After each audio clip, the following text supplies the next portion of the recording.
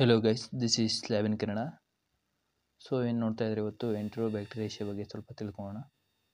ಎಂಟೆರೋಬ್ಯಾಕ್ಟೀರಿಯೇಷಿಯಾ ಅಂದರೆ gram negative ಬೆಸಿಲೆಯಲ್ಲಿ ಏನಿದೆ ಒಂಥರ ದೊಡ್ಡ ಫ್ಯಾಮಿಲಿ ಹೊಂದಿದೆ.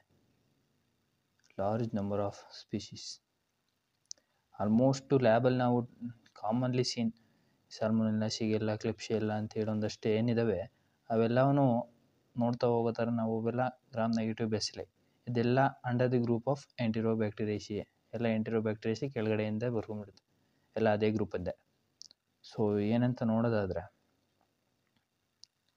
ಇಂಟ್ರೊಡಕ್ಷನಲ್ಲಿ the family of ಎಂಟೆರೋಬ್ಯಾಕ್ಟೀರಿಯಸ್ ಕಂಪೈಸ್ large and reverse group of gram negative bacteria and inhibit the ವೇರಿಯಟಿ of the environment including soil, water and ಗ್ಯಾಸ್ಟ್ರೋಎಂಟರಿನ್ stock. ಒಟ್ಟು ಎಲ್ಲೆಲ್ಲಿ ಇರುತ್ತೆ ಅಂದರೆ ಇದು ಬಂದುಬಿಟ್ಟು ಮಣ್ಣಲ್ಲಿರುತ್ತೆ.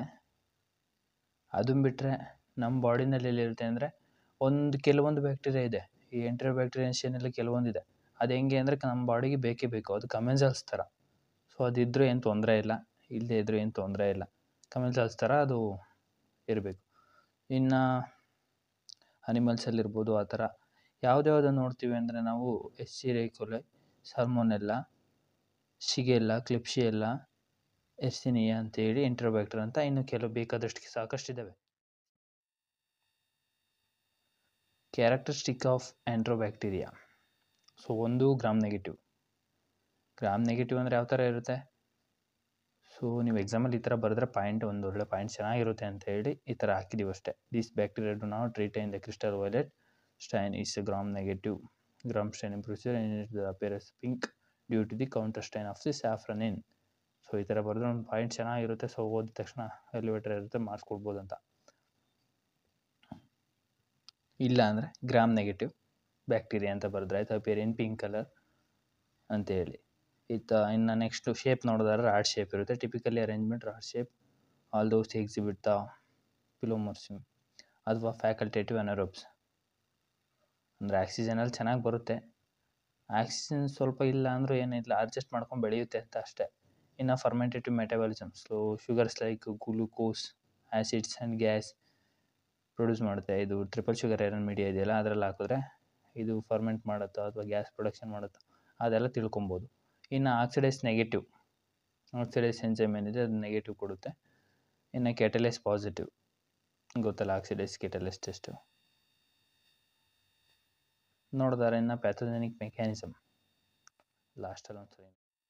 ಇನ್ನು ಲ್ಯಾಬ್ ಡಯಾಗ್ನೋಸಿಸ್ ಒಂದೇ ಸಲ ನೋಡೋದಾದರೆ ಲ್ಯಾಬ್ ಡಯಾಗ್ನೋಸಿಸಲ್ಲಿ ಏನೇನು ಮಾಡ್ತೀವಿ? ಫಸ್ಟು ಸ್ಯಾಂಪಲ್ಸ್ ಸ್ಪೆಸಿಮನ್ನಿಂದ ಹೋಗಬೇಕು. ಸ್ಪೆಸಿಮನ್ನು direct microscopy, next microscopic appearance gram ಸ್ಟೈನಿಗೆ link ಕಾಣುತ್ತೆ ಅಂತ. ನೆಕ್ಸ್ಟ್ ಇನ್ನು ಫರ್ದರ್ ಟೆಸ್ಟ್, ಸ್ಪೆಷಲ್ ಟೆಸ್ಟು ಅವು ಇವು ಏನೇನು ಇರ್ತಾವಲ್ಲ ಆ ಥರ ಏನೋ ಒಂದು ಮಾಡಿಕೊಂಡು ಲಾಸ್ಟಿಗೆ ಇನ್ನೆರಡು ಆ್ಯಂಟಿಜನ್ ಆ್ಯಂಟಿಬಾಡಿ ರಿಯಾಕ್ಷನ್ಸು. ಇನ್ನು ಅದನ್ನು ಬಿಟ್ಟರೆ ಮಾಲಿಕ್ಯುಲರ್ ಮೆಥಡ್ಸು ಇಷ್ಟು ಬರೆದ್ರೆ ಆಯಿತು. ಒಂದು ಸ್ಪೆಸಿಮೆನ್ ಟೈಪ್ಸ್ ಏನೇನು ಬರುತ್ತೆ? ಯೂರಿನ್ನು. ಯಾವಾಗ ಯೂರಿನರಿ ಇನ್ಫೆಕ್ಷನ್ ಆದರೆ, ಯೂರಿನರಿ ಟ್ರ್ಯಾಕ್ಟ್ ಇನ್ಫೆಕ್ಷನ್ ಆದಾಗ ಯೂರಿನ್ನು. ಸ್ಟೂಲು ಯಾವಾಗ ಗ್ಯಾಸ್ಟ್ರೋಇಂಟೆಸ್ಟೈನಲ್ ಇನ್ಫೆಕ್ಷನ್ ಆದರೆ ಸ್ಟೂಲ್ ಸ್ಯಾಂಪಲ್ಲು. ಬ್ಲಡ್ಡು ಯಾವಾಗ ಸಿಸ್ಟಮ್ಯಾಟಿಕ್ ಇನ್ಫೆಕ್ಷನ್, ಸೆಪ್ಸಿಸ್ ಆದರೆ ಬ್ಲಡ್ ಸ್ಯಾಂಪಲ್ಲು, ಅವಾಗ ಬ್ಲಡ್ ಕಲ್ಚರ್ ಮಾಡ್ಕೊತೀವಿ. ಇನ್ನು ರೆಸ್ಪಿರೇಟರಿ ಸೆಕ್ರೇಷನ್ ಅಂದರೆ ರೆಸ್ಪಿರೇಟರಿ ಟ್ರ್ಯಾಕ್ಟ್ ಇನ್ಫೆಕ್ಷನ್ಸು, ಅಂದರೆ ನಮ್ಮದು ಸ್ವ್ಯಾಬ್ ಇರ್ಬೋದು, ಓರಲ್ ಸ್ವ್ಯಾಬ್ ಇರ್ಬೋದು ಅಥವಾ ಥ್ರೋಟ್ ಸ್ವ್ಯಾಬ್ ಇರ್ಬೋದು. ಇನ್ನು ಅದು ಇಲ್ಲ ಅಂದರೆ ಫ್ಲೂಯಿಡ್ಸ್ ಇರ್ಬೋದು ಏನೋ ಅಥವಾ ವೂಂಡ್ ಸ್ವ್ಯಾಬ್. ಇನ್ನು ಸರ್ಜಿಕಲ್ ಸೈಟ್ ಇನ್ಫೆಕ್ಷನ್ ಆದರೆ ವೂಂಡ್ ಸ್ವ್ಯಾಬು. ಇನ್ನು ಟ್ರಾನ್ಸ್ಪೋರ್ಟೇಷನ್ ನೋಡೋದಾದ್ರೆ specimen should be transported to the laboratory as quickly as possible to maintain the viability of the bacteria. So ಅಂದರೆ ಬ್ಯಾಕ್ಟೀರಿಯಾ ಒಂದು ಸರ್ಟೈನ್ ಅಮೌಂಟ್ ಆಫ್ ಟೈಮಲ್ಲಿ ಬದುಕಿರುತ್ತೆ. Limited ಟೈಮಲ್ಲಿ ಬೇಗ as soon as possible ಲ್ಯಾಬ್ಗೆ ತಗೊಂಡೋಗ್ಬೇಕು. Use to appreciate the transport media to prevent the over growth of the contamination. ಅಂದರೆ ಏನಿಲ್ಲ, ordinary ಮೀಡಿಯಾದಲ್ಲಿ ಹಾಕಿದ್ರೂ ಚೆನ್ನಾಗಿ ಬರುತ್ತೆ. ಸೊ ಸೆಲೆಕ್ಟಿವ್ ಮೀಡಿಯಾ ಅಂತ ಕೆಲವೊಂದು ಇರುತ್ತೆ, ಅದಕ್ಕೆ ಬೇಕಾದಂಥ ಇಂಗ್ರೀಡಿಯೆಂಟ್ಸ್ ಕೊಟ್ಟು ಚೆನ್ನಾಗಿ ಬೆಳೆಸೋಕ್ಕೆ. ಆ ಸೆಲೆಕ್ಟಿವ್ ಮೀಡಿಯಾದಲ್ಲಿ ಹಾಕಿದ್ರೆ ಇನ್ನು ಅದರ್ ಬ್ಯಾಕ್ಟೀರಿಯಾಸ್ ಏನಿರುತ್ತೆ ಮತ್ತು ಕಂಟಾಮಿನೇಷನ್ ಇರುತ್ತೆ ಅದು ಅವಾಯ್ಡ್ ಆಗುತ್ತೆ. ಸೊ ಅವಾಗ ನಮ್ಗೆ ಬೇಕಾಗಿರೋ ಪರ್ಟಿಕ್ಯುಲರ್ ಬ್ಯಾಕ್ಟೀರಿಯಾ ಚೆನ್ನಾಗಿ ಗ್ರೋ ಆಗುತ್ತೆ. ಸೊ ಅದಕ್ಕೆ ಸೆಲೆಕ್ಟಿವ್ ಮೀಡಿಯಾ ಯೂಸ್ ಮಾಡಿರಿ ಅಂತ. ಇನ್ನು ಕಲ್ಚರಲ್ ಟೆಕ್ನಿಕ್ಸ್ ಯಾವ್ದು ನೋಡೋದಾದರೆ selective media is A different media. Selective media and different media. So ಮೆಕಾಂಕಿ auger differentiate media ಬಂದುಬಿಟ್ಟು ಲ್ಯಾಕ್ಟೋಸ್ ಫರ್ಮೆಂಟರು, ನಾನ್ ಲ್ಯಾಕ್ಟೋಸ್ ಫರ್ಮೆಂಟರ್ಸು. ಎಕ್ಸಾಂಪಲ್ಸ್: ಫರ್ಮೆಂಟರ್ಸ್ಗೆ ಈಕೋಲೈ, ನಾನ್ ಲ್ಯಾಕ್ಟೋಸ್ ಫರ್ಮೆಂಟರ್ಸ್ಗೆ ಸಾಲ್ಮೊನೆಲ್ಲಾ. ಇನ್ನೊಂದು ಎಕ್ಟೋಗನ್ ಎಂಟ್ರಿಕ್ media, differentiate media, salmonella to ಶಿಗೆಲ್ಲಾ and other ಎಂಟ್ರಿಕ್ bacteria. ಇನ್ನು XLD media xyloslicin dextrocolate ಅಂತ used to isolating the salmonella and shigella species. Salmonella incubation condition almost regular ಆಗಿ lab incubation ಅಂದರೆ 37 degree centigrade fix. 35 to 37 ಅಂತ ಆಗ್ಬೋದು, but 37 ಡಿಗ್ರೀಸೇ ಇದು. Aerobic conditions although there some strains may be required facultative anaerobic conditions. Colony morphology. Colony examine the shapes, size, color of the hemolytic properties in the preliminary identification. Okay. Next biochemical test ನೋಡೋದಾದರೆ ಯಾವುದೇದಂದರೆ lactose ಕೆಲವೊಂದು ferment ಮಾಡುತ್ತೆ, ಕೆಲವೊಂದು bacteria ferment ಮಾಡಲ್ಲ. Triple sugar iron ಕೆಲವೊಂದು glucose ferment ಮಾಡ್ಬೋದು, ಕೆಲವೊಂದು lactose ferment ಮಾಡ್ಬೋದು, ಕೆಲವೊಂದು ಸುಕ್ರೋಸ್ ಫರ್ಮೆಂಟ್ ಮಾಡ್ಬೋದು. ಸೊ ಓವರಾಲ್ ಎಲ್ಲ ಬ್ಯಾಕ್ಟೀರಿಯಾ ನೋಡಿದ್ರೆ ಕನ್ಫ್ಯೂಷನ್ಸ್ ಆಗುತ್ತೆ. ಸೊ ಲ್ಯಾಕ್ಟೋಸ್ಗೆ ಫರ್ಮೆಂಟರ್ ಒಂದು ಗ್ಯಾಪ್ನಿಗೆ ಇಟ್ಕೊಳ್ಳಿ, ನಾನ್ ಫರ್ಮೆಂಟರ್ ಒಂದು ಗ್ಯಾಪ್ನಿಗೆ ಇಟ್ಕೊಳ್ಳಿ. ಒಂದು 3-4 ಗ್ಯಾಪ್ನಿಗೆ ಇಟ್ಕೊಂಡ್ರೆ ಸಾಕು ನೋಡಿಕೊಂಡು. ಎಕ್ಸಾಮ್ ಟೈಮಲ್ಲಿ ಬೇಕಾಗುತ್ತೆ. ಇನ್ನು triple sugar iron differentiate based on glucose, lactose and sucrose and hydrogen sulphide production, H2S gas production ಅಂತ. ಸೊ ಯಾವುದ್ಯಾವ್ದು ಬ್ಯಾಕ್ಟೀರಿಯಾ ಅದೊಂದು ಅಷ್ಟು ಇದೊಂದಿಷ್ಟು ಲಿಸ್ಟು, ಒಂದು 3-4 ಬ್ಯಾಕ್ಟೀರಿಯಾ ಲಿಸ್ಟ್ ಮಾಡ್ಕೊಂಡು ಇಟ್ಕೊಂಡ್ರೆ ಸಾಕು. ಇಂಡೋಲ್ ಟೆಸ್ಟಲ್ಲಿ ಈಕ್ವಲಿ ಪಾಸಿಟಿವ್, ಇನ್ನು ಮಿಕ್ಕಿರೋದು ಯಾವುದೋ ಎಲ್ಲದು ಬರೋದು ನೆಗೆಟಿವ್ ಇರುತ್ತೆ. ಇಂಡೋಲ್ ಅಂದರೆ ಈಕ್ವಲಿ ಒಂದೇ ಪಾಸಿಟಿವ್ ಕೊಡೋದು ಇಂಡೋಲ್ ಟೆಸ್ಟು. ಇನ್ನು ಮೆಥೈಲ್ ರೆಡ್ ಆ್ಯಂಡ್ ಓಲ್ಸ್ ಪ್ರಾಕ್ಸಸ್ ಟೆಸ್ಟ್ ಇದಷ್ಟಾಗಿ ಮಾಡಲ್ಲ, ಬಟ್ ಆದರೂ ತಿಳ್ಕೊಂಡಿರಿ. ಇನ್ನು ಸಿಟ್ರೇಟ್ ಯುಟಿಲೈಸೇಷನ್ ಟೆಸ್ಟ್ ಇದು ಅಷ್ಟೇ. ಕ್ಲೆಪ್ಶಿಯೆಲ್ಲಾ ನೋಡಿದ್ರೆ ಕ್ಲೆಪ್ಶಿಯೆಲ್ಲಾ ಆ್ಯಂಡ್ ಎಂಟ್ರೋಬ್ಯಾಕ್ಟೀರಿಯಸ್ ಆರ್ ಸಿಟ್ರೇಟ್ ಪಾಸಿಟಿವ್. ಇನ್ನು ಅದರ್ಸ್ ಯಾವುದಾದ್ರೂ ಹೇಳ್ಬಾರ್ದ್ರೆ ಅದು ನೆಗೆಟಿವ್. ಯೂರಿಯಸ್ ಟೆಸ್ಟ್ ನೋಡೋದಾದ್ರೆ urease producing bacteria is proteases species. Proteases species ಯಾವುದು? ಅದು ಯೂರಿಯಸ್ನ ಪ್ರೊಡ್ಯೂಸ್ ಮಾಡುತ್ತೆ. ಇನ್ನು ಕೆಲವೊಂದು ಸ್ಪೀಷೀಸಲ್ಲಿ ಪ್ರೊಡ್ಯೂಸ್ ಮಾಡಲ್ಲ. ಸೊ ಆಕ್ಸಿಡೈಸ್ ಟೆಸ್ಟ್ ಇದು ಅಷ್ಟೇ. ಕೆಲವೊಂದು ಆಕ್ಸಿಡೈಸ್ ಪಾಸಿಟಿವ್ ಇರ್ತವೆ, ಕೆಲವೊಂದು ಆಕ್ಸಿಡೈಸ್ ನೆಗೆಟಿವ್ ಇರ್ತವೆ. ಅದರಲ್ಲಿ ಯಾವ್ದಾದ್ರು ಒಂದು ಹೇಳಿ ಅದನ್ನ ಇಟ್ಕೊಂಡ್ರೆ ಆಯಿತು. ಇನ್ನು ಗ್ರಾಮ್ ನೆಗೆಟಿವಲ್ಲಿ ಯಾವುದು? ಸೂಡೋಮೋನಾಸ್ ಪಾಸಿಟಿವ್ ಇರ್ತವೆ, ನೋಡ್ಕೊಬೇಕು. So next molecular methods.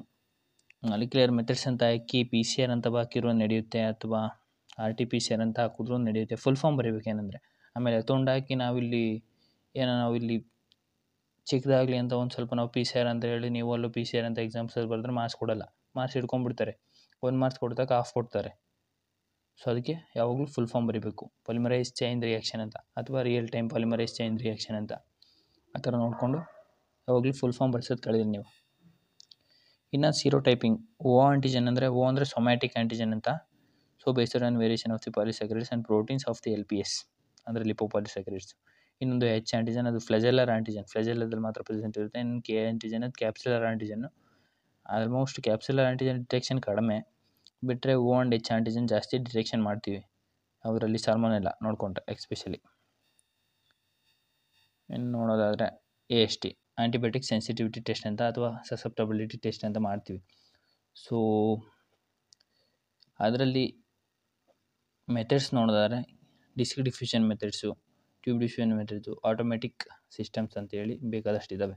First disc diffusion ನೋಡೋದಾದರೆ ಏನಿಲ್ಲ, ಝೋನ್ ಆಫ್ ಇನ್ಹಿಬಿಷನ್ನು ಒಂದು certain amount. Disc diffusion method ನೋಡೋದಾದರೆ ಅದರಲ್ಲಿ ಏನಿಲ್ಲ, ಹೆಂಗಿರುತ್ತೆ ಅಂದರೆ ಪ್ಲೇಟ್ಸು ನಾವು ಫುಲ್ಲು ಲಾನ್ ಕಲ್ಚರು ಏನಿದೆ ಒಂದಿಷ್ಟು ಬಿಡಲ್ಲ, ಪ್ಲೇಟಲ್ಲಿ ಒಂದು ಸ್ವಲ್ಪ ಜಾಗನೂ ಬಿಡ್ದಂಗೆ ಲಾನ್ ಕಲ್ಚರ್ ಎಲ್ಲ ಕಡೆನೂ ಏನಿರುತ್ತೆ ಕಾಲೋನಿ ಬಂದಿರೋದು ಏನಿರುತ್ತೆ ಅದು ಸಬ್ ಕಲ್ಚರ್ ಮಾಡ್ಕೊಂಬಿಡ್ತೀವಿ, ಇಲ್ಲ ಅದ್ರ ತುಂಬ ಗ್ರೋತ್ ಬರೋಂಗೆ ಮಾಡ್ಕೊತೀವಿ. ಒಟ್ಟು ಅದ್ರ ತುಂಬ ಹಾಕಿ ಅಲ್ಲಲ್ಲೇ ಒಂದೊಂದೇ ಡಿಸ್ಕ್ನ ಪ್ಲೇಸ್ ಮಾಡ್ತಾ ಹೋಗ್ತೀವಿ. ಒಂದಷ್ಟು ಡಿಸ್ಕ್ನ ಪ್ಲೇಸ್ ಮಾಡಿದಾಗ ಅದರಲ್ಲಿ ಝೋನ್ ಆಫ್ ಇನ್ಹಿಬಿಷನ್ ಫಾರ್ಮೇಷನ್ ಆಗುತ್ತೆ. ಸೊ ಈ ಥರ ಕೆಲವೊಂದಕ್ಕೆ ಏನೂ ಇರಲ್ಲ, ಸುಮ್ಮನೆ ಎಲ್ಲ ವಾದಂತ ಅದನ್ನೂ ಸೇರಿಸಿ ಗ್ರೋತ್ ಆಗಿಬಿಡುತ್ತೆ. ಸೊ ಈ ಥರ ಇದ್ದರೆ ಇದು ರೆಸಿಸ್ಟೆನ್ಸ್ ಅಂತ. ಸೊ ಈ ಥರ ಇದ್ದರೆ ಸೆನ್ಸಿಟಿವ್ ಅಂತ. ಇದನ್ನು ಮೆಜರ್ ಮಾಡಿಕೊಂಡು ನಾವೇ ಅವ್ರಿಗೆ ಇದೇನಿದೆ ಟ್ರೀಟ್ಮೆಂಟ್ಸ್ನ ಕೊಡೋದಕ್ಕೆ ಹೆಲ್ಪ್ ಮಾಡ್ತೀವಿ. ಇನ್ನು microscopic appearance of the ಎಂಟ್ರೋಬ್ಯಾಕ್ಟೀರಿಯೇಷಿಯೇ. Almost ಎಲ್ಲ ಬ್ಯಾಕ್ಟೀರಿಯಾ ಏನಿದೆ ಎಲ್ಲವುದು ಯಾವ ಥರ ಕಾಣುತ್ತೆ ಅಂತ ಅಷ್ಟೇ, ಏನಿಲ್ಲ. ಇನ್ನು ಈಕ್ವಲೆ ಬಂದರೆ ಎಲ್ಲ ಗ್ರಾಮ್ ನೆಗೆಟಿವ್ ಬ್ಯಾಕ್ಟೀರಿಯಾನೇ ಆಲ್ಮೋಸ್ಟು. ಇನ್ನು ಮೊಟೆಲಿಟಿ, ಕೆಲವೊಂದು ಮೊಟೆಲಿಟಿ ಇರುತ್ತೆ, ಕೆಲವೊಂದು ಮೊಟೆಲಿಟಿ ಇರಲ್ಲ ಅಷ್ಟೇ. ಇನ್ನು ಕೆಲವೊಂದು ಕ್ಯಾಪ್ಸುಲ್ ಹೊಂದಿರುತ್ತೆ, ಇನ್ನೊಂದು ಕೆಲವೊಂದು ಕ್ಯಾಪ್ಸುಲ್ ವಿಸಿಬಲ್ ಇರಲ್ಲ. Microscopic appearance of the all bacterias ನೋಡಿದಾರೆ ಈಕ್ವಲೈ ನೋಡಿದರೆ ಅದು ಗ್ರಾಮ್ ನೆಗೆಟಿವ್ ಬ್ಯಾಕ್ಟೀರಿಯಾ ಮೊಟೈಲ್ ಆಗಿರುತ್ತೆ. ಇನ್ನು ಕ್ಯಾಪ್ಸುಲ್ ಅಲ್ಲಿ ಕರೆಕ್ಟಾಗಿ ನಾಟ್ ಟಿಪಿಕಲಿ ಪರ್ಮನೆಂಟಾಗಿ ಇರಲ್ಲ. ಕ್ಯಾಪ್ಸುಲ್ ಬಿಟ್ಟಾಕಿ, ಕ್ಯಾಪ್ಸುಲ್ ಏನು ಮ್ಯಾಟ್ರ್ ಆಗಲ್ಲ. ಸೊ ನೋಡೋದಾದರೆ ನಾವು ಸಾಲ್ಮೊನೆಲ್ಲ, ನೆಕ್ಸ್ಟು ಆಲ್ಮೋಸ್ಟ್ ಅವೆಲ್ಲ ಗ್ರಾಮ್ ನೆಗೆಟಿವ್ ಬ್ಯಾಕ್ಟೀರಿಯಾ. ಮೊಟೈಲ್ ಇರುತ್ತೆ ಇಲ್ವೋ ಅಷ್ಟೇ. Salmonella motile with ಫೆರೆಟ್ರೈಕಸ್ ಫ್ಲಾಜೆಲ್ಲ. ಶಿಗೆಲ್ಲ non ಮೊಟೈಲು, lacking of ಫ್ಲಾಜೆಲ್ಲ ಇರಲ್ಲ, ಸೊ ನಾನ್ ಮೊಟೈಲ್ ಇದು. ಇನ್ನು ಕ್ಲೆಪ್ಶಿಯೆಲ್ಲ ನಾನ್ ಮೊಟೈಲು. ಎಂಟ್ರೋಬ್ಯಾಕ್ಟರು ಮೊಟೈಲ್ ವಿತ್ ಫೆರೆಟ್ರೈಕಸ್ ಫ್ಲಾಜೆಲ್ಲ. ಎಂಟ್ರೋಬ್ಯಾಕ್ಟರು ಅದು ಇದು ಅಷ್ಟೇ. ಇನ್ನು ಎರ್ಸಿನಿಯಾ, ಇದು ಮೊಟೈಲ್ ಅಟ್ ಲೋವರ್ ಟೆಂಪ್ರೇಚರ್ 25 ಡಿಗ್ರಿಗಿಂತ ಕಡಿಮೆ ಇದ್ರೆ ಮೊಟೈಲು, ಅದ್ರ ಮೇಲಾದ್ರೆ ನಾನ್ ಮೊಟೈಲು. ಇದು ಮಾತ್ರ ಬ್ಯಾಕ್ಟೀರಿಯಾ ಅಂದರೆ ಇದು ಫೈನ್. ಅದ್ರ ಟೆಂಪ್ರೇಚರ್ ಇದ್ರೆ ಮಾತ್ರ ಅದು ಮೂವ್ ಆಗೋದು, ಇಲ್ಲಾಂದ್ರೆ ಹೋಗಲ್ಲ. ಸೊ ಗಾಡಿಗೆ ಪೆಟ್ರೋಲ್ ಇದ್ರೆ ಹೋಗುತ್ತೆ, ಪೆಟ್ರೋಲ್ ಇಲ್ಲ ಅಂದರೆ ಹೋಗಲ್ಲ, ಹಾಗೆ. ಇನ್ನು ಪ್ಯಾಥೋಜೆನಿಕ್ ಅನ್ನೋ ಮೆಕ್ಯಾನಿಸಮ್ಸ್ ಅಂದರೆ ಪ್ಯಾಥೋಜೆನಿಸಿಟಿ ಯಾವ ಥರ ಕಾಸ್ ಮಾಡುತ್ತೆ ಅಂದರೆ ಇದು ಇನ್ನೇನು ಅಲ್ಲೇ ಸ್ಯಾಂಪಲ್ಸಲ್ಲೇ ನೋಡಿದ್ವಲ್ಲ, ಕೆಲವೊಂದು ಇನ್ಫೆಕ್ಷನ್ಸ್ ಅಲ್ಲೇ ಬಂದಿದೆ. ಇಲ್ಲಿ ನೋಡೋದಾದರೆ ಪ್ಯಾಥೋಜೆನಿಕ್ ಮೆಕ್ಯಾನಿಸಮ್ ಯಾವ ಥರ ಅಂದರೆ, ಒಂದು adherence using the ಫೈಬ್ರೈನಸ್ of the ಬಿಲ್ಲೆ attach to the host tissues and filtering ಕೊಲೊನೈಸೇಷನ್. ಎಲ್ಲಿ ಸ್ಟೊಮಕಲ್ಲಿ ಇಂಟೆಸ್ಟೈನ್ಸ್ ಅಂದರೆ ಕಳ್ಳಲ್ಲಿ ಹೋಗಿ ಟಿಶ್ಯೂ ಇರುತ್ತೆ, ಅದು ಬ್ಯಾಕ್ಟೀರಿಯಾದಲ್ಲಿ ಪಿಲ್ಲೆ ಇರ್ತಲ್ಲ, ಅದ್ರ ಸಹಾಯದಿಂದ ಹೋಗಿ ಅಟ್ಯಾಚ್ ಆಗುತ್ತೆ. ಆಮೇಲೆ ಇನ್ವ್ಯಾಷನ್ನು, ಅಲ್ಲಿಂದ ಸೆಲ್ಸು ಆ ಥರ ಹೋಗಿ ಅದ್ರ ಮೆಕ್ಯಾನಿಸಮ್ ಇದು ಮಾಡಿಕೊಂಡು ಟಾಕ್ಸಿಕ್ ಪ್ರೊಡಕ್ಷನ್, ಕೆಲವೊಂದು ಟಾಕ್ಸಿನ ಪ್ರೊಡ್ಯೂಸ್ ಮಾಡುತ್ತೆ. ಅದಾದಮೇಲೆ ಇಮ್ಯೂನ್ ಎವ್ಯಾಷನ್ ಅವಾಗ ಸೊ ಫ್ಯಾಗೋಸೈಟೋಸಿಸ್. ಸೊ ಏನಿರುತ್ತೆ, ನಮ್ಮ ಬಾಡಿಲಿರುವಂಥ ಇಮ್ಯೂನ್ ಸಿಸ್ಟಮು ಬಂದಿರೋಂಥ ಅದು ಬ್ಯಾಕ್ಟೀರಿಯಾಸ್ ಏನಿರುತ್ತೆ ಅದ್ರ ಜೊತೆ ಫೈಟ್ ಮಾಡುತ್ತೆ. ಸೊ ಫೈಟ್ ಮಾಡಿ ಬ್ಯಾಕ್ಟೀರಿಯಾನ ಏನಾದರೂ ನಮ್ಮ ಇಮ್ಯೂನ್ ಸಿಸ್ಟಮ್ ಅಂದರೆ WBC ಸೆಲ್ಸ್ ಇರುತ್ತಲ್ಲ ಅದೆಲ್ಲ ನುಂಗ್ಕೊಂಡ್ರೆ, ಬ್ಯಾಕ್ಟೀರಿಯಾ ನುಂಗ್ಕೊಂಡ್ರೆ ಅದನ್ನು ಫ್ಯಾಗೋಸೈಟೋಸಿಸ್ ಅಂತ ಕರಿತೀವಿ. ಸೊ ಅಂದರೆ ಇದು ಬ್ಯಾಕ್ಟೀರಿಯಾ ಅಂದರೆ, ಸೊ ಇದು ನಮ್ಮ WBC ಸೆಲ್ಸು ಅಂದರೆ ಇದು ಹೋಗಿ ಈ ಬ್ಯಾಕ್ಟೀರಿಯಾನ ಕವರ್ ಮಾಡಿಕೊಂಡು ಪೂರ್ತಿ ನುಂಗ್ಕೊಂಡು ಡೈಜೆಸ್ಟ್ ಮಾಡಿಕೊಂಡ್ರೆ, ಸೊ ಇದನ್ನು ಈ ಪ್ರೋಸೆಸ್ ಇದೆಯಲ್ಲ ಅದಕ್ಕೆ ಫ್ಯಾಗೋಸೈಟೋಸಿಸ್ ಅಂತ. ಕನ್ಫ್ಯೂಸ್ ಮಾಡ್ಕೊಂಬಿಡಿ ಜಾಸ್ತಿ. ನೆಕ್ಸ್ಟ್ ನೋಡೋದಾದ್ರೆ ಪ್ರಿವೆನ್ಷನ್. ಸೊ ಇದು ಬರ್ದಂತೆ ಹೆಂಗೆ ತಡೆಯೋದಂತ, ಪ್ರಿವೆನ್ಷನ್ ಆ್ಯಂಡ್ ಟ್ರೀಟ್ಮೆಂಟ್ಸ್ ಅಂತೆಲ್ಲ ತಿಳ್ಕೊಂಬಿಡಿ. ಒಂದು ಹ್ಯಾಂಡ್ ಹೈಜೀನ್ ಒಂದು, food safety, health care infections controls, health care associated infection ಅದನ್ನ ಕಂಟ್ರೋಲ್ ಮಾಡ್ಕೊಬೇಕು, ಅಂದರೆ ಪ್ರಿವೆನ್ಷನ್ ಇಟ್ಕೊಬೇಕು. Next vaccination, next traveller precautions, ಅಂದರೆ ಇದರಲ್ಲಿ ಕೆಲವೊಂದು ಬ್ಯಾಕ್ಟೀರಿಯಾಸ್ ಏನಿದೆ ಅದು ಟ್ರಾವೆಲರ್ ಡಯರಿ ಅಂತ ಕಾಸ್ ಮಾಡುತ್ತೆ. ಸೊ ಅವಾಗ ನೋಡ್ಕೊಬೇಕು. ಸೊ ಅದಕ್ಕೆ ಎಲ್ಲ ಟೈಮಲ್ಲೂ ಪ್ರಿಕಾಷನ್ಸ್ ತೊಗೊಬೇಕು, ಹ್ಯಾಂಡ್ ವಾಶ್ ಮಾಡಬೇಕು, ಮಾಸ್ಕ್ ಹಾಕ್ಕೊಬೇಕು, ಡಿಸ್ಟೆನ್ಸ್ ಮೇಂಟೈನ್ ಮಾಡಬೇಕು. ಕೆಲವೊಂದು ಏನಿದೆ ಒಟ್ಟು ನಮ್ಮ ಹೆಲ್ತ್ ಕಾನ್ಷಿಯಸ್ಸಾಗಿ ಏನಿದೆ ಅದನ್ನು ನಾವು ಕ್ಲಿಯರಾಗಿ ಮೇಂಟೈನ್ ಮಾಡ್ಕೊಬೇಕು. ಕೋವಿಡ್ ಬಂದಾಗ ಹೆಂಗೆ ಮೇಂಟೈನ್ ಮಾಡಿದ್ರು ಅದೇ ಥರ. Okay, thank you guys. ಏನಾದರೂ ಡೌಟ್ಸ್ ಇದ್ದರೆ ಕಮೆಂಟ್ ಮಾಡಿ, ವಿಡಿಯೋಗೆ ಲೈಕ್ ಮಾಡಿ, ಹಾಗೆ ನಿಮ್ಮ ಫ್ರೆಂಡ್ಸ್ ಜೊತೆ ಶೇರ್ ಮಾಡ್ಕೊಳ್ಳಿ. ಚಾನಲ್ಗೆ ಹೊಸ್ದಾಗಿ ಬಂದಿದ್ದರೆ ಸಬ್ಸ್ಕ್ರೈಬ್ ಮಾಡ್ಕೊಳ್ಳಿ, ಬೆಲ್ ಐಕನ್ ಕೂಡ ಆನ್ ಮಾಡ್ಕೊಳ್ಳಿ. Thank you.